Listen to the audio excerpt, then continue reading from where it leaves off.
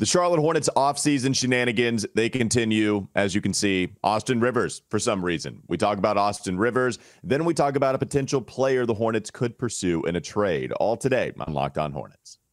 You are Locked On Hornets, your daily Charlotte Hornets podcast. Part of the Locked On Podcast Network, your team every day. In a minute, cuz we live.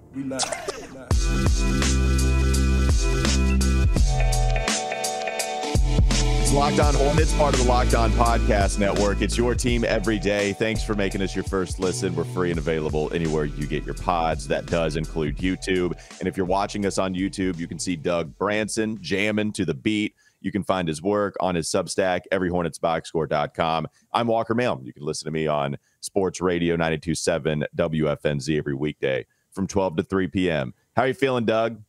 You okay? I'm getting there, my friend. I'm getting there. Yeah, we're working through this allergy season, Middle Tennessee. Not a friend to anyone with allergies.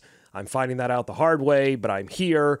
My voice is about a half an octave lower. We're not quite at the vocal eclipse where you and I sound similar, but we're pretty close.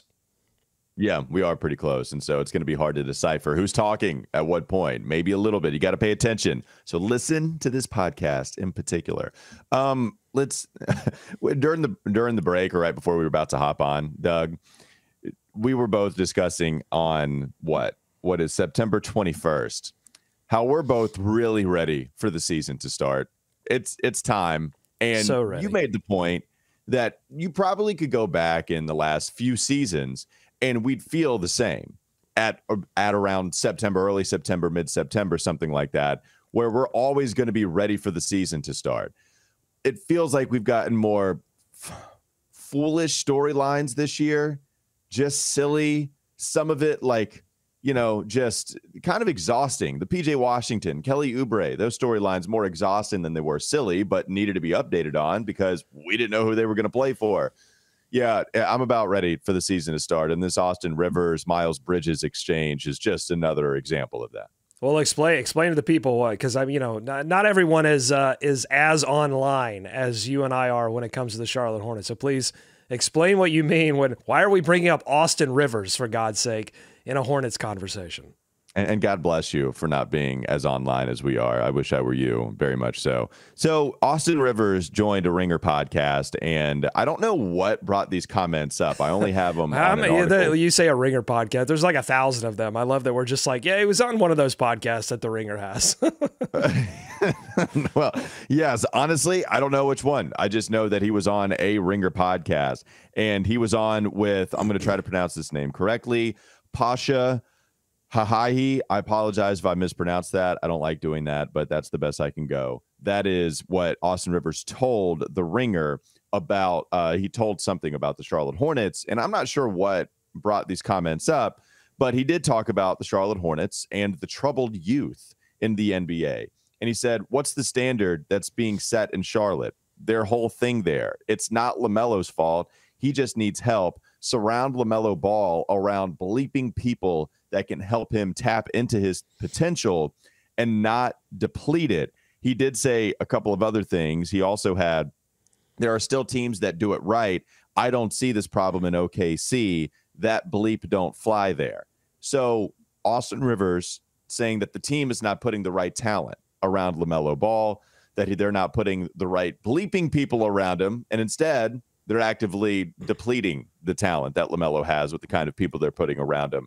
Now, just to give you a response here, Miles Bridges, he fired back at Austin Rivers. He said, y'all hoopers get on these podcasts and talk like y'all really like that. Speaking on other teams like y'all know what's going on, and most of the people talking the most bleep don't play at all.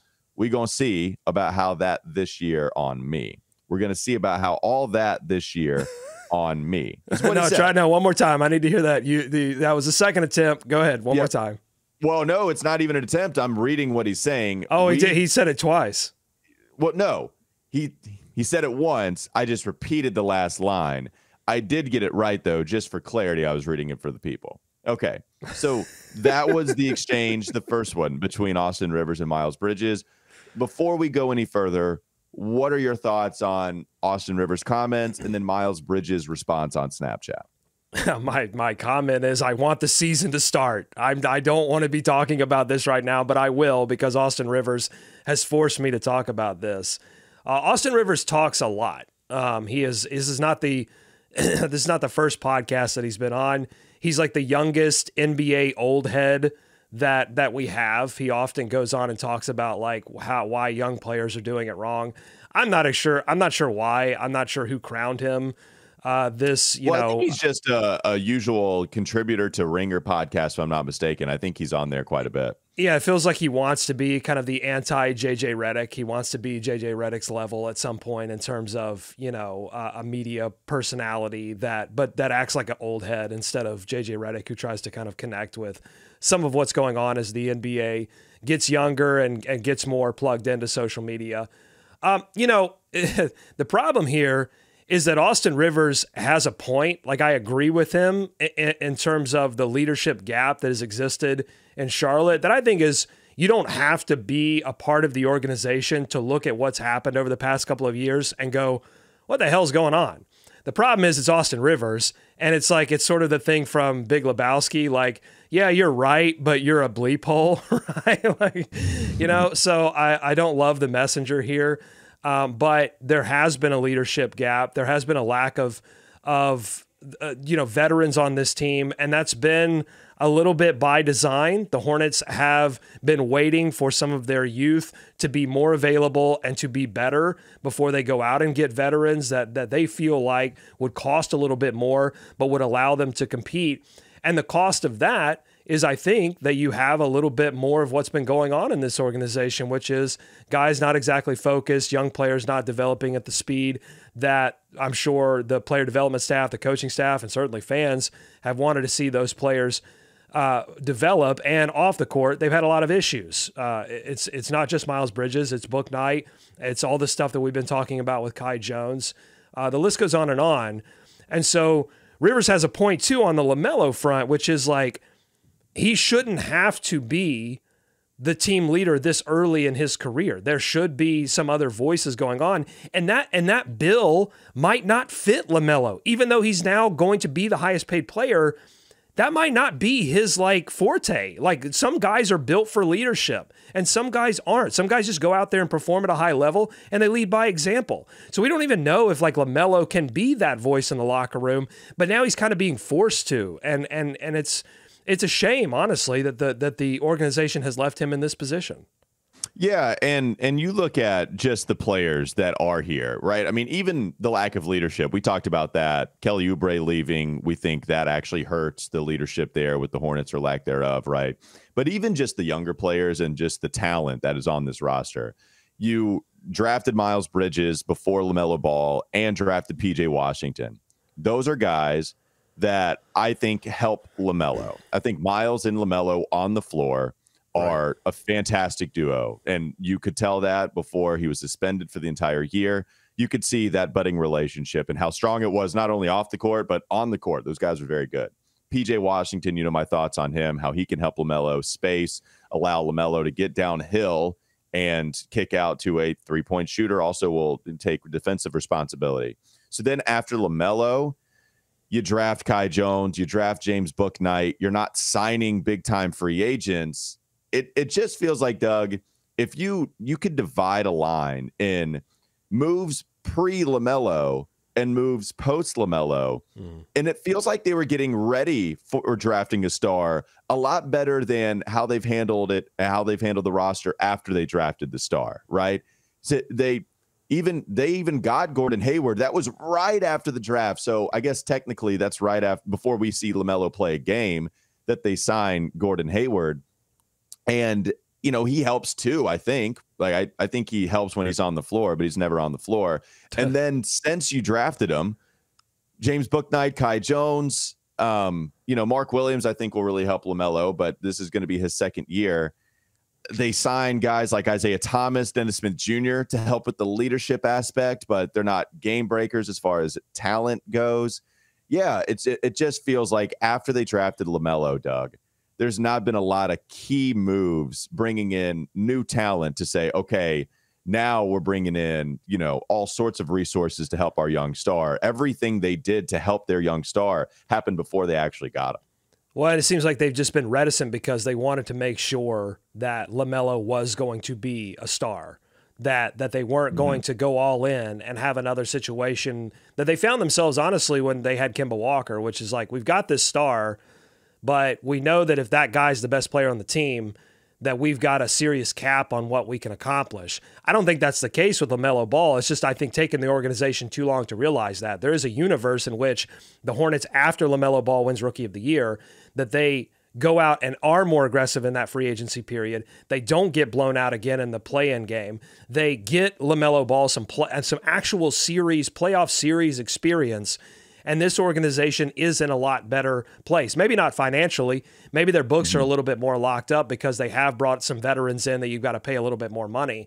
But I think they would be ultimately in a better place. By the way, I don't love any of my allies on this. I don't love that Austin Rivers is my ally.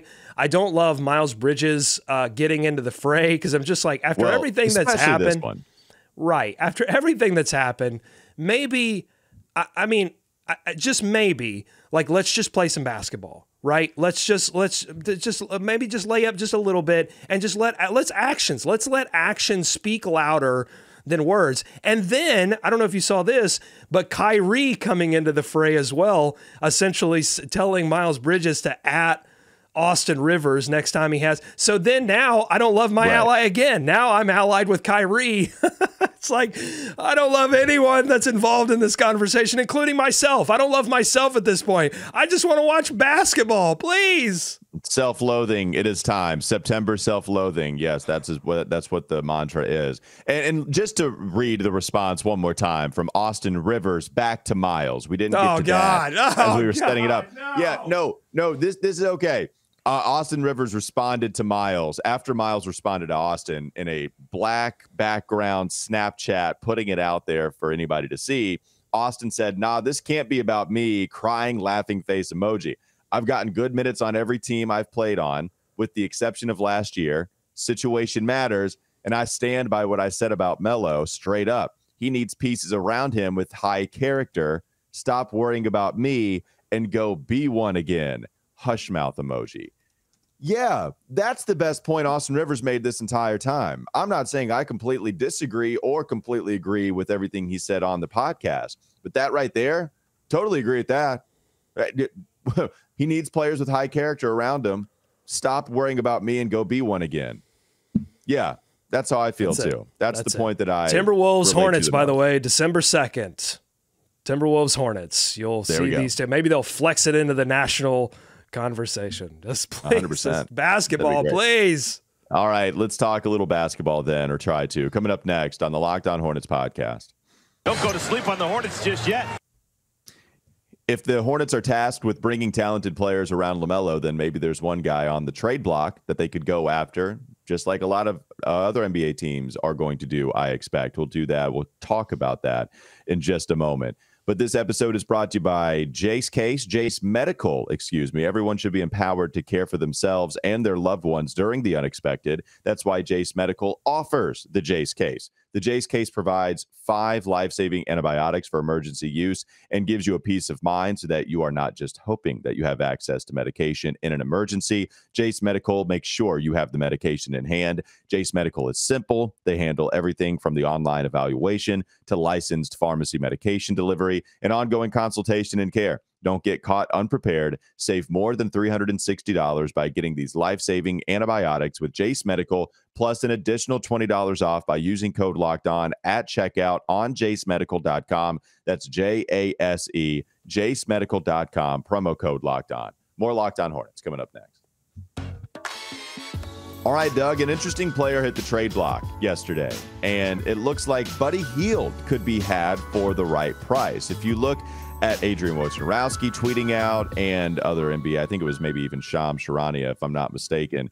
You look at Buddy Hield's situation in Indiana, and I'm trying to pull up the tweet here right now, but he's hit the trade block. He's at $19 million on an expiring contract. It looks like they tried to come to an extension or agreement on an extension, never worked out. So now Buddy Hield could be had for the right price. $19 million for one more year. Should the Charlotte Hornets be interested in an elite shooter? No arguing that. Defensively has some issues. A 30-year-old player, but salary-wise, will be coming off of your books next season. The expiring contract itself might be valuable to you. Is Buddy Hield somebody the Hornets should pursue? I would say that they should always get into any conversation around a good player that could impact them in an area that they are deficient in, or at least there's evidence that they're deficient in, which is three-point shooting. They weren't a very good shooting team last season. And so if you're, as an organization, if you're thinking like, hey, we actually need to add that, or are you thinking, well, we had a lot of injuries last season, and that's why the shooting numbers were down, because we were putting Terry Rozier, a shooting guard that needs to play a little bit more off ball. We were putting him more on ball. That cratered his numbers. So actually our shooting's fine. Maybe we don't need that. I don't know how the organization views that particular deficiency. Buddy Hield is going to get a lot. I think he's going to get a lot of suitors. It's going to artificially, I think, inflate his price because he's never been an all-star. You're not even talking about a guy who's played on an all-star team. He is an elite shooter, but you know that hasn't equated necessarily to some of the accolades that you would think, because there is so much shooting in the NBA. It's not, it's if he was an elite shooter in 1998, then he's probably a multi-time all-star. But he's an elite shooter in a world where you can find that in other places somewhat cheaper.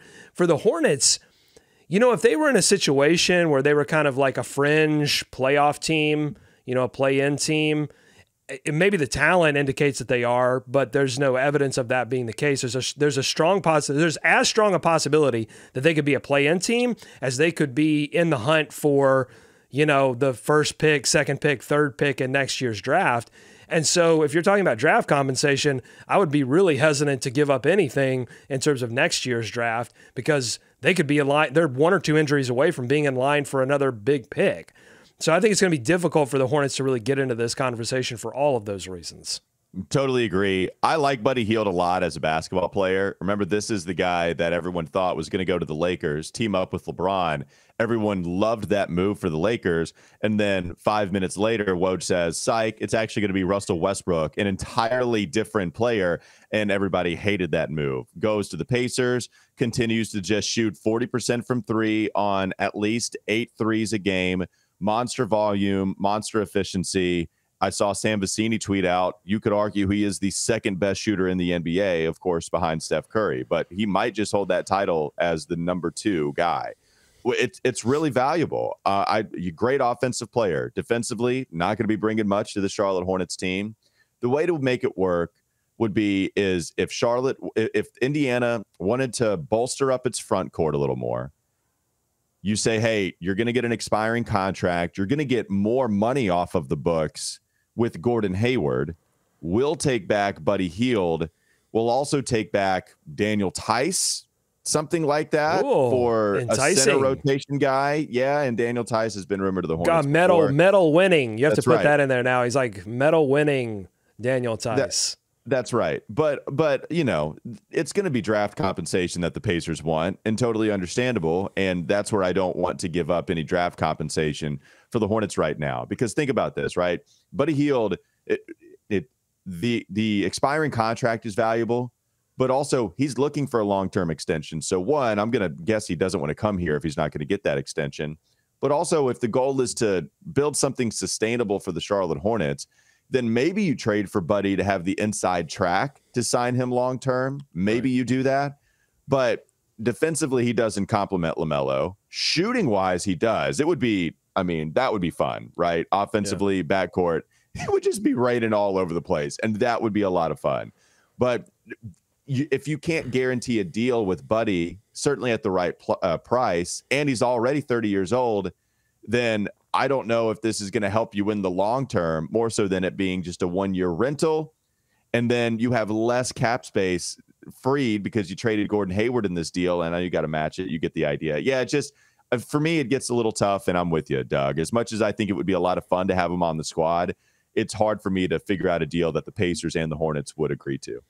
Yeah, honestly, if they had a shooting guard that was totally dedicated to the defensive end of the floor and was like a big plus there, I would be more on board with giving up draft compensation, with constructing a team around Buddy Hield, LaMelo Ball, because you don't know if you're going to have Miles Bridges long term. He's going to go into unrestricted free agency next year. So if you could get a guy like Buddy Hield and convince him to stay, that could play more to your advantage. But yeah, I mean, if you're talking about Melo, Rozier, Hield, yeah, defensively, that's going to be a disaster. And it's about, can the Hornets find players that will allow LaMelo Ball to accentuate his positives, which are obviously on the offensive end of the floor.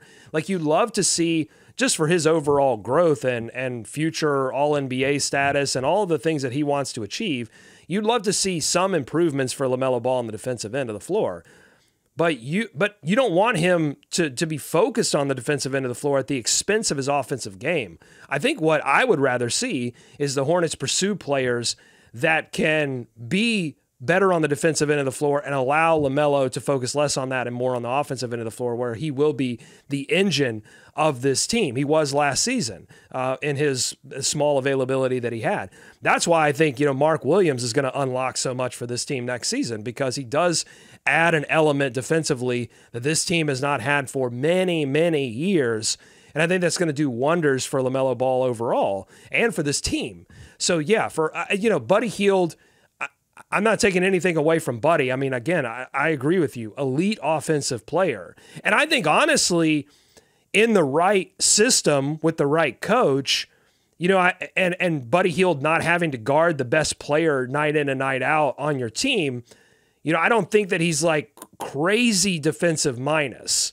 I think he could be one of these players that in the right system becomes like average defensive player and elite offensive player, which is like really good.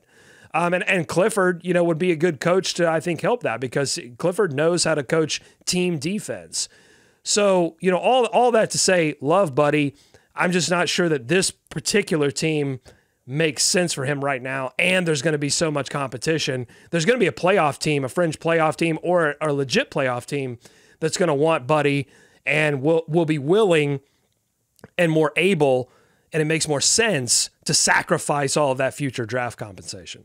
Yeah, let me say this. If they figure out a way to pull this off and they don't get rid of monster draft compensation and, it looks like it's 100 cent for 100 cent, something like that, then it would be a lot of fun. I would not be on here on this podcast just destroying this move, criticizing it up and down, because think about Buddy Hield. We talked about this with Brandon Miller. Think about Buddy Hield with some Kelly Oubre responsibilities. All those catch and shoot opportunities, like just bang, bang, bang, 40%. Oh, you want monster explosion offensively? Okay, that would be fun with Buddy. More playmaking, not a lot. He's not breaking you down off the dribble, but more playmaking than Kelly. So it would be fun, Doug. But it's just tough to make it happen. There's no doubt about it. And so much of this stuff, I think, is about timing. Like, if you could fast forward to a world where Brandon Miller is now your shooting guard, and he's experienced and he's bigger and he can be that defensive, I think he will be that defensive player that the Hornets have needed at that position. Then all of a sudden I'm like, yeah, Buddy Hield makes perfect sense. Go out there and do it. And the Hornets would probably 3 years from now, if that does happen, if he reaches his ceiling, the Hornets probably are in a better position to make the playoffs, and those draft picks aren't as valuable. If they pull this off, Walker, and it doesn't include next year's first rounder, then I'll come on this pod. I'll do a jig. I'll do a straight jig on this podcast, because that's great, because then you keep, you keep that opportunity if everything goes wrong. Again, timing. If this hadn't been after a season where literally everything went wrong and you got the second overall pick, then I think this is a different story. But now I'm just so scared that the Hornets are going to give up that pick, and then they end up, pulling a Brooklyn Celtics kind of thing where you're giving a team, a top 3 pick all of a sudden because everything went wrong. The way to make it happen, I know I'm just kind of dreaming about it now. I would love it, but also understand. The Pacers don't really have a 3, and they didn't have a 4 last year. Obi Toppin, Jarris Walker, now on the squad after drafting and trading for those guys. Mathurin, 2-guy, TJ McConnell in the backcourt, Bruce Brown, kind of a swingman, does a lot of different stuff. So they would, if they were looking to go after it, of course, Tyrese Halliburton, their best player, if they were really looking to go after it this year, and they felt like, hey, we just don't have a small forward, and those guys are valuable, and we need somebody there, we'll bring the kid on home. We'll bring the Butler hero cooking all the way back to Indianapolis to play for his hometown team. We know that Gordon was very interested in going to the Pacers organization, but the Hornets offered more money. And so he decided to go to Charlotte after you had the Miles Turner trade rumors with Boston, but couldn't give Gordon as much money as Charlotte. And so the Hornets ended up with Gordon Hayward. Maybe I'm talking myself into a path. Oh, boy. Maybe I'm being the crazy boy. All right, enough of that. Enough of being crazy, Walker. Let's go to the last segment. Coming up next on the Locked On Hornets podcast. Don't go to sleep on the Hornets just yet. We'll give you a Kai Jones update and a Ballys update. No! Two of our favorite No! Did that burn your face? Did that tease just burn your face? It should I can't. I just want to play some basketball. Look at it. Look at it. The Ballys update and the Kai Jones update. We're going to try to get through it together, folks. This episode is brought to you by Birddogs. Birddogs make you look good. Their stretch khaki shorts are designed to fit slimmer through the thigh and the leg, giving you a truly sculpted look. Birddog shorts do the exact same thing as Lululemon, but they fit way better, and they fit way better than regular shorts that are made of this stiff, restricting cotton. Birddogs fixed this issue by inventing cloud knit fabric that looks just like khaki, but stretches so you get a way slimmer fit without having to sacrifice movement. Birddogs uses anti-stink, sweat, wicking fabric that keeps you cool and dry all day long. Now, Doug, you got a pair of Birddog sweatpants. Was it anti-stink sweatpants is what they called it? Listen, I don't know about all that sciencey stuff, okay? You're saying a lot of words. All I know is I own 2 pair of Birddog shorts, and I would say a majority of my week I'm in the Birddog shorts. Now, you do the math there.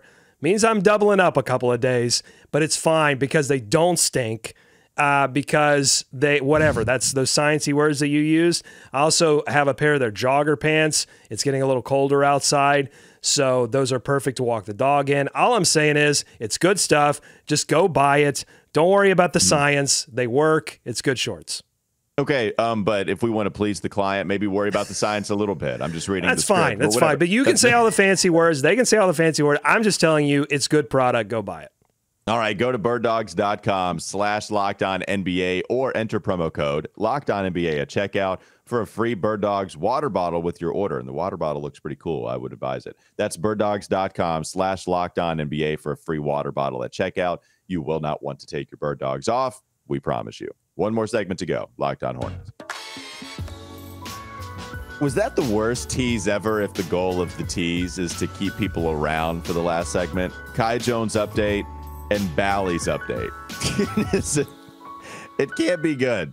Well, the third segment is always for the sickest of the sickos. If you are still watching this, if you're still listening to this right now, you are probably on the subtext. You're on Every Hornets Boxscore. You want basketball more than anyone that watches this program. I have a little sound here. I hope it works. Sometimes these sounders actually go. Sometimes they don't. But I think this sums up my feeling of the show, of the things that are going on right now as we enter fall, but we don't have basketball yet. Here it is. Let's play some basketball! That's all I want. That's all I want. I just want Fergie. Fergie nailed it. Fergie is a prophet. She was a prophet in that moment. She understands what this time means for NBA fans. Thank you to Prophet Fergie. Yep, preach the good word. Kai Jones update, Doug.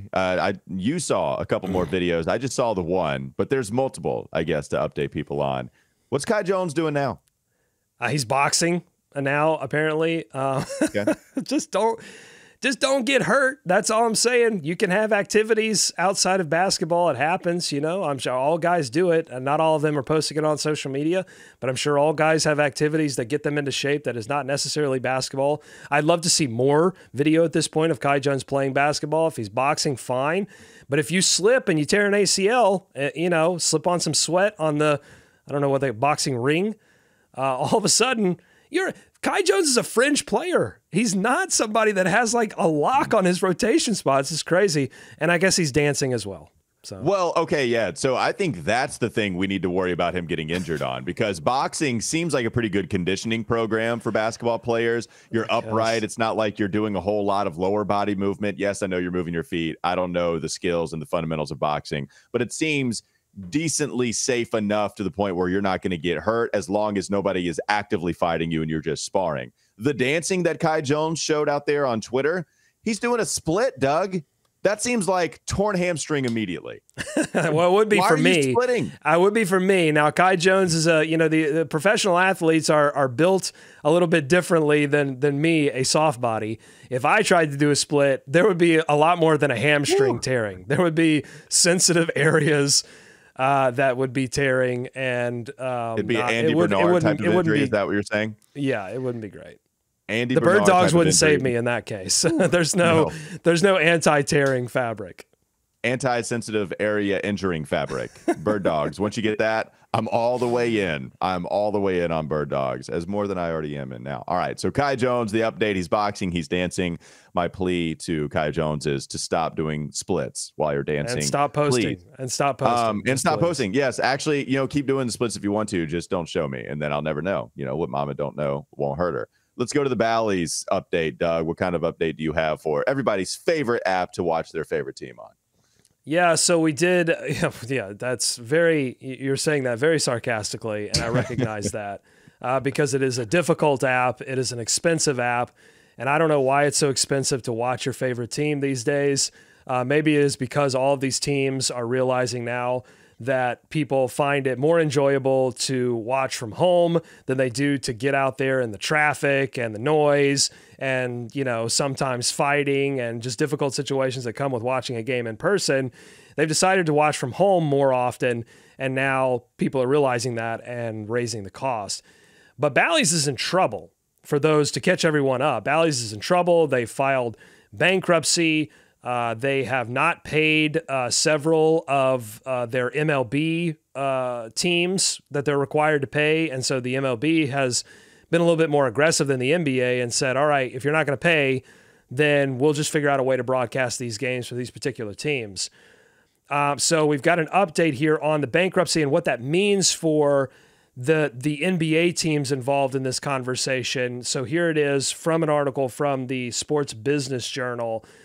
After filing for bankruptcy earlier this year and now dealing with a September 30th court deadline to create a reorganization plan, Diamond has left its 15 NBA teams, all of whom have current deals with the RSN, the Regional Sports Network, in limbo heading into the NBA season. But the latest development with the Pelicans, which is that the Pelicans did receive their fee payment.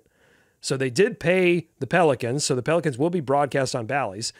That's considered promising to NBA executives. Of the 15 teams with Ballys contracts, Pelicans, Pistons, Magic, a lot of teams that include the Hornets, most are not scheduled to receive payments until October 1st or November 1st. So the question is, will all of those teams get paid? The Pelicans got paid. Will the Hornets get paid? Or will the NBA have to figure out a way to stream these games on the NBA app? And then will the teams be forced very quickly to find another broadcast partner, maybe an over-the-air partner, a local partner, to get these games on linear TV? It's a very messy situation that I think, honestly, I'm not a Ballys fan or Regional Sports Network fan. I think they've been terrible for the NBA. I think they've been terrible for the fan experience. But, I think short-term, it would be good for them to come through and make these payments so that there is a easy way for fans to watch it, at least on linear TV in the short term, because long term, these things are dead, Walker. They're going away. The NBA is preparing for that, but at least in the short term, I hope they get paid. Well, and it didn't seem that was one of the more problematic answers from Plotkin and Schnall when they were talking about Ballys, and there wasn't another plan really. It was to go ahead and roll with Ballys as long as they were going to pay up, but also it just seemed like there wasn't another option that they were going to roll with. And when you're unprepared and you just have to hope that Ballys is going to be that service for you, yeah, it is the better option for fans that want to watch the Charlotte Hornets, especially if they don't have anything else to go with. Well, I don't even think it's a situation where the Hornets are unprepared or caught on the back foot. It's a situation where, okay, Phoenix and LA Clippers have already moved their broadcast to some kind of either team-oriented or local over but those teams have owners that have deep pockets. So these things either take a lot of time, or if you have a ton of money, you can shorten that time window, but it's going to cost more. The Hornets, I think, are in an ownership group situation where they're probably not going to, the pockets aren't that deep. They're not like billionaire deep. Okay. So you have that situation. And then that's why they're going 50%. That's why they're going 51% control every 5 years. They needed a couple of guys to be there. And it's not, even with Michael Jordan not being Steve Ballmer, these guys needed to put together a couple of more people a part of the group to go purchase this thing.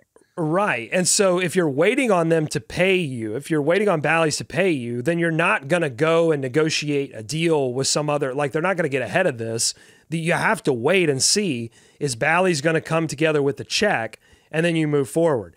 So all that to say, I don't know what's going to happen. I don't know what the broadcast team looks like if the Ballys deal falls through. I don't know what tuning in to the Hornets on television means.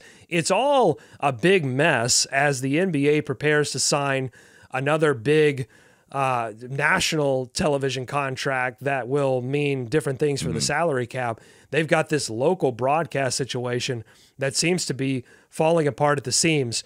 But I'll say this, if it all means that the Hornets move to a local broadcasting model, I think that's going to be better for the team. I think it would be better for the NBA if more teams moved off of RSN, moved off of cable, and back. I used to watch the Hornets on Waxin 64.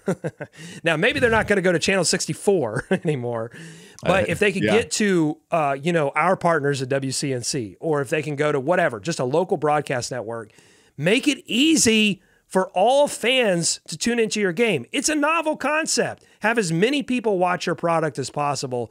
That would be fantastic. The ACC went to the CW. Maybe we can bring back Wax in 64. That'd be great. Love seeing hearing Steve Martin call a Glenn Rice 3 on 100%. Wax in 64. That's taking me back. And if you can't watch your games and you want to listen, WFNZ Sports Radio 92.7 FM. All right, thanks for making us your first listen today. Make your second listen, game-to-game NBA, especially during the season, every moment, every top performance, every result. Locked On Game to Game covers every game from across the league with local analysis that only Locked On can deliver. Follow Game to Game on Locked On NBA, available on YouTube and wherever you get your podcast. Have a great rest of your day. We'll be back with you tomorrow. Can I cough now?